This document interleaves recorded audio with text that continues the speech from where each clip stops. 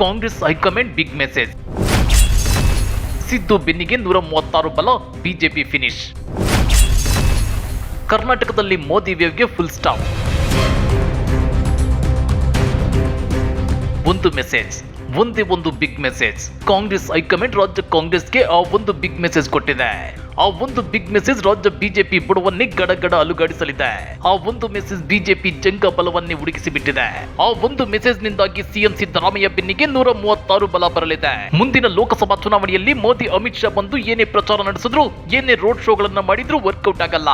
ಮೋದಿ ಅಲೆ ಏಳೋದಕ್ಕೂ ಮೊದಲೇ ಅದರ ಸದ್ದಡಿಗಿಸೋಕೆ ಕಾಂಗ್ರೆಸ್ ಹೈಕಮಾಂಡ್ ಭರ್ಜರಿ ಪ್ಲಾನ್ ಮಾಡಿದೆ. ಹಾಗಾದ್ರೆ ಕಾಂಗ್ರೆಸ್ ಹೈಕಮಾಂಡ್ ಪಾಸ್ ಮಾಡಿರೋ ಆ ಬಿಗ್ ಮೆಸೇಜ್ ಏನ್ ಗೊತ್ತಾ?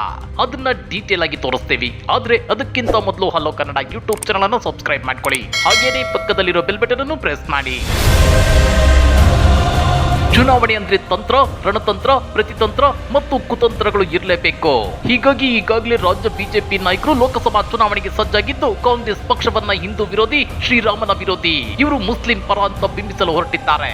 ಅಷ್ಟೇ ಅಲ್ಲ, ಪ್ರತಿ ವಿಷಯದಲ್ಲೂ ಧರ್ಮ ದೇವರನ್ನ ಎಳೆದು ತಂದು ವಾಗ್ದಾಳಿ ನಡೆಸುತ್ತಿದ್ದಾರೆ.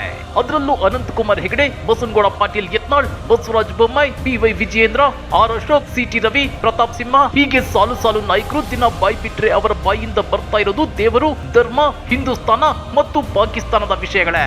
ಇದನ್ನ ನೋಡಿದ್ರೆ ಬಿಜೆಪಿ ನಾಯಕರು ಹಿಂದೂಗಳನ್ನ ಭಾವನಾತ್ಮಕವಾಗಿ ಕೆರಳಿಸಿ ತಮ್ಮ ಪಕ್ಷದ ಕಡೆ ತಿರುಗಿಸಿಕೊಳ್ಳುವ ಪ್ರಯತ್ನ ನಡೆಸುತ್ತಿರೋದು ಎದ್ದು ಕಾಣ್ತಿದೆ. ಅಷ್ಟೇ ಅಲ್ಲ, ಅನಂತಕುಮಾರ್ ಹೆಗಡೆ, ಸಿಟಿ ರವಿ, ಎಚ್.ಡಿ. ಕುಮಾರಸ್ವಾಮಿ ಮತ್ತು ಪ್ರತಾಪ್ ಸಿಂಹ ನೇರವಾಗಿ ಸಿಎಂ ಸಿದ್ದರಾಮಯ್ಯನವರನ್ನೇ ದಿನ ಟಾರ್ಗೆಟ್ ಮಾಡಿ ವಾಗ್ದಾಳಿ ನಡೆಸುತ್ತಿದ್ದಾರೆ. ಇದರ ಜೊತೆಗೆ ದೇವರು, ಧರ್ಮದ ವಿಷಯಗಳಲ್ಲಿ ಜನರನ್ನ ಕೆರಳಿಸುತ್ತಿದ್ದಾರೆ. ಅಷ್ಟೇ ಅಲ್ಲ, ಸುಳ್ಳು ಪೊಳ್ಳು ಮತ್ತು ಕಪೋಲ ಕಲ್ಪಿತ ಆರೋಪಗಳನ್ನು ಸರ್ಕಾರದ ಮೇಲೆ ಹೊರಿಸಲಾಗುತ್ತಿದೆ. ಇದರಿಂದ ಅಲರ್ಟ್ ಆಗಿರೋ ಕೇಂದ್ರ ಕಾಂಗ್ರೆಸ್ ನಾಯಕರು ರಾಜ್ಯ ಕಾಂಗ್ರೆಸ್ ನಾಯಕರಿಗೆ ಬಿಗ್ ಮೆಸೇಜ್ ಪಾಸ್ ಮಾಡಿದ್ದಾರೆ. ಆ ಮೆಸೇಜ್ ಬೇರೆ ಯಾವುದೂ ಅಲ್ಲ, ಸಿದ್ದು ಬೆನ್ನಿಗೆ ರಾಜ್ಯ ಕಾಂಗ್ರೆಸ್ನ 135+1 ಶಾಸಕರು ನಿಲ್ಲಬೇಕು ಅನ್ನೋದು. ಹೌದು ವೀಕ್ಷಕರೇ, ಬಿಜೆಪಿ ಮತ್ತು ಜೆಡಿಎಸ್ ನಾಯಕರು ಸರ್ಕಾರದ ವಿರುದ್ಧ ನಿರಂತರವಾಗಿ ವಾಗ್ದಾಳಿ ನಡೆಸ್ತಾ ಇದ್ರು. ಇದಕ್ಕೆ ಸಮರ್ಪಕವಾಗಿ ಉತ್ತರ ಕೊಡೋದ್ರಲ್ಲಿ ಕಾಂಗ್ರೆಸ್ ಎಡವುತ್ತಿದೆ.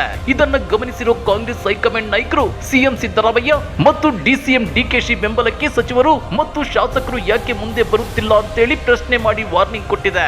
ವಿವಾದ, ಗೊಂದಲಗಳ ಸಂದರ್ಭದಲ್ಲಿ ಶಾಸಕರು, ಸಚಿವರು ಸಿಎಂ ಡಿಸಿಎಂ ಬೆಂಬಲಕ್ಕೆ ನಿಲ್ಲುತ್ತಿಲ್ಲ. ಶಾಸಕರು ಕೂಡ ವಿರೋಧ ಪಕ್ಷಗಳ ತಂತ್ರಗಾರಿಕೆಗೆ ಕೌಂಟರ್ ಕೊಡುವ ಕೆಲಸ ಮಾಡಿ ಕೇವಲ ಸಿಎಂ ಡಿಸಿಎಂ ಮಾತ್ರವೇ ಸರ್ಕಾರವನ್ನು ಸಮರ್ಥಿಸಿಕೊಂಡ್ರೆ ಸಾಲದು. ಕೇಂದ್ರ ಸರ್ಕಾರದ ವೈಫಲ್ಯಗಳ ಬಗ್ಗೆ ಶಾಸಕರೇ ಜನರ ಮುಂದಿಡಿ ಅಂತೇಳಿ ಕಾಂಗ್ರೆಸ್ ಹೈಕಮಾಂಡ್ ಸೂಚಿಸಿದೆ. ಇನ್ನು ಸರ್ಕಾರದ ಕೆಲಸ, ಕೇಂದ್ರದಿಂದ ಆಗುತ್ತಿರೋ ಅನ್ಯಾಯಗಳ ಬಗ್ಗೆ ಶಾಸಕರೇ ಜನರ ಮುಂದಿಡಬೇಕು. ವಿಪಕ್ಷಗಳು ಸರ್ಕಾರವನ್ನು ಅಟ್ಯಾಕ್ ಮಾಡುವಾಗ ಶಾಸಕರು, ಸಚಿವರು ಸಿಎಂ ಡಿಸಿಎಂ ಬೆಂಬಲಕ್ಕೆ ನಿಲ್ಲಲೇಬೇಕು. ಕೇಂದ್ರ ಸರ್ಕಾರದ ವೈಫಲ್ಯಗಳ ಬಗ್ಗೆ ಅಧ್ಯಯನ ಮಾಡಿ ಅಂತೇಳಿ ಹೈಕಮಾಂಡ್ ಸಲಹೆ ನೀಡಿದ್ದು, ಶಾಸಕರು ಸಚಿವರಿಗೆ ಕಿವಿ ಮಾತು ಹೇಳಿದೆ. ರಾಜ್ಯ ಕಾಂಗ್ರೆಸ್ ನಾಯಕರು ಸಿಎಂ ಸಿದ್ದರಾಮಯ್ಯ ಆಡಿರೋ ಮಾತುಗಳಿಗೆ ಬದ್ಧವಾಗಿ ನಿಲ್ಲಬೇಕು. ಈಗ ಎದ್ದಿರೋ ಹಿಂದುತ್ವದ ಅಲೆಯನ್ನೇ ಅಸ್ತ್ರವಾಗಿಸಲು ಅನಂತಕುಮಾರ್ ಹೆಗಡೆ ಪ್ಲಾನ್ ಮಾಡಿಕೊಂಡಿದ್ದಾರೆ.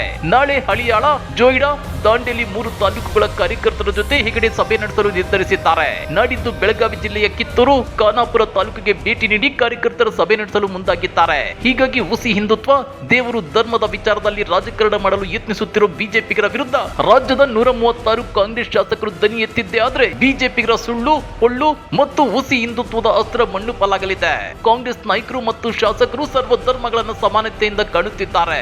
ಹಿಂದೂ, ಮುಸ್ಲಿಂ, ಕ್ರೈಸ್ತ ಅನ್ನದೇ ಎಲ್ಲರೂ ಪರಸ್ಪರ ಸೌಹಾರ್ದತೆಯಿಂದ ಬದುಕಬೇಕು ಅನ್ನೋದೇ ಕಾಂಗ್ರೆಸ್ನ ಉದ್ದೇಶ. ಈ ಜಾತ್ಯತೀತತೆಯ ತತ್ವವನ್ನ ಜನರಿಗೆ ಮನದಟ್ಟಾಗುವಂತೆ ಎಲ್ಲ ಕಾಂಗ್ರೆಸ್ ಶಾಸಕರು ದನಿ ಎತ್ತಬೇಕು ಮತ್ತು ಜನರಿಗೆ ಅರಿವು ಮೂಡಿಸಬೇಕು. 10 ವರ್ಷಗಳ ಮೋದಿ ಸರ್ಕಾರ ಕರ್ನಾಟಕಕ್ಕೆ ಮಾಡಿದ ಅನ್ಯಾಯ ಏನು ಅನ್ನೋದನ್ನ ಬಿಡಿಸಿ ಹೇಳಬೇಕು. ಬಡವರ ಖಾತೆಗಳಿಗೆ 15 ಲಕ್ಷ ಹಣ ಹಾಕಲಿಲ್ಲ, ಪ್ರತಿ ವರ್ಷ 2 ಕೋಟಿ ಉದ್ಯೋಗ ಸೃಷ್ಟಿ ಮಾಡಲಿಲ್ಲ, ರೈತರ ಆದಾಯ ಡಬಲ್ ಮಾಡಲಿಲ್ಲ.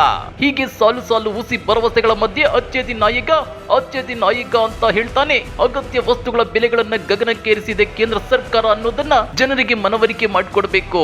ಅದು ಒಬ್ರೋ ಇಬ್ರೋ ಶಾಸಕರಲ್ಲ, ರಾಜ್ಯದ 136 ಕಾಂಗ್ರೆಸ್ ಶಾಸಕರು ಟೊಂಕ ತೊಟ್ಟು ನಿಂತರೆ ಮಾತ್ರ ರಾಜ್ಯದಲ್ಲಿ ಮೋದಿ ಅಲೆ ಏಳೋಕ್ಕೂ ಮೊದಲೇ ಅದನ್ನ ಸದ್ದಡಿಗಿಸಬಹುದು ಅಂತೇಳಿ ಕಾಂಗ್ರೆಸ್ ಹೈಕಮಾಂಡ್ ರಾಜ್ಯ ಕಾಂಗ್ರೆಸ್ ನಾಯಕರಿಗೆ ಸಲಹೆ ನೀಡಿದೆ. ಹಾಗಾದ್ರೆ ರಾಜ್ಯ ಕಾಂಗ್ರೆಸ್ನ 136 ಶಾಸಕರು ಇನ್ಮೇಲೆ ಸಿದ್ದು ಬೆನ್ನಿಗೆ ನಿಲ್ತಾರ? ಬಿಜೆಪಿಗರ ಆರೋಪಗಳಿಗೆ ಶಾಸಕರೆಲ್ಲರೂ ತಿರುಗೇಟು ಕೊಡ್ತಾರ? ಆ ಮೂಲಕ ಕರ್ನಾಟಕ ಲೋಕಸಭಾ ಚುನಾವಣೆಯಲ್ಲಿ ಕಾಂಗ್ರೆಸ್ ಅತಿ ಹೆಚ್ಚು ಎಂಪಿ ಸೀಟುಗಳನ್ನು ಗೆಲ್ಲೋಕೆ ಸಾಧ್ಯವಾಗುತ್ತಾ? ಕಮೆಂಟ್ ಮಾಡಿ, ವಿಡಿಯೋ ಲೈಕ್ ಮಾಡಿ, ಶೇರ್ ಮಾಡಿ. ಇಂಥ ಮತ್ತಷ್ಟು ರೋಚಕ ರಾಜಕೀಯ ಸುದ್ದಿಗಳನ್ನ ಮಿಸ್ ಮಾಡದೆ ನೋಡ್ಬೇಕು ಅಂದ್ರೆ ಹಲೋ ಕನ್ನಡ ಯೂಟ್ಯೂಬ್ ಚಾನಲ್ ಅನ್ನ ಸಬ್ಸ್ಕ್ರೈಬ್ ಮಾಡ್ಕೊಳ್ಳಿ.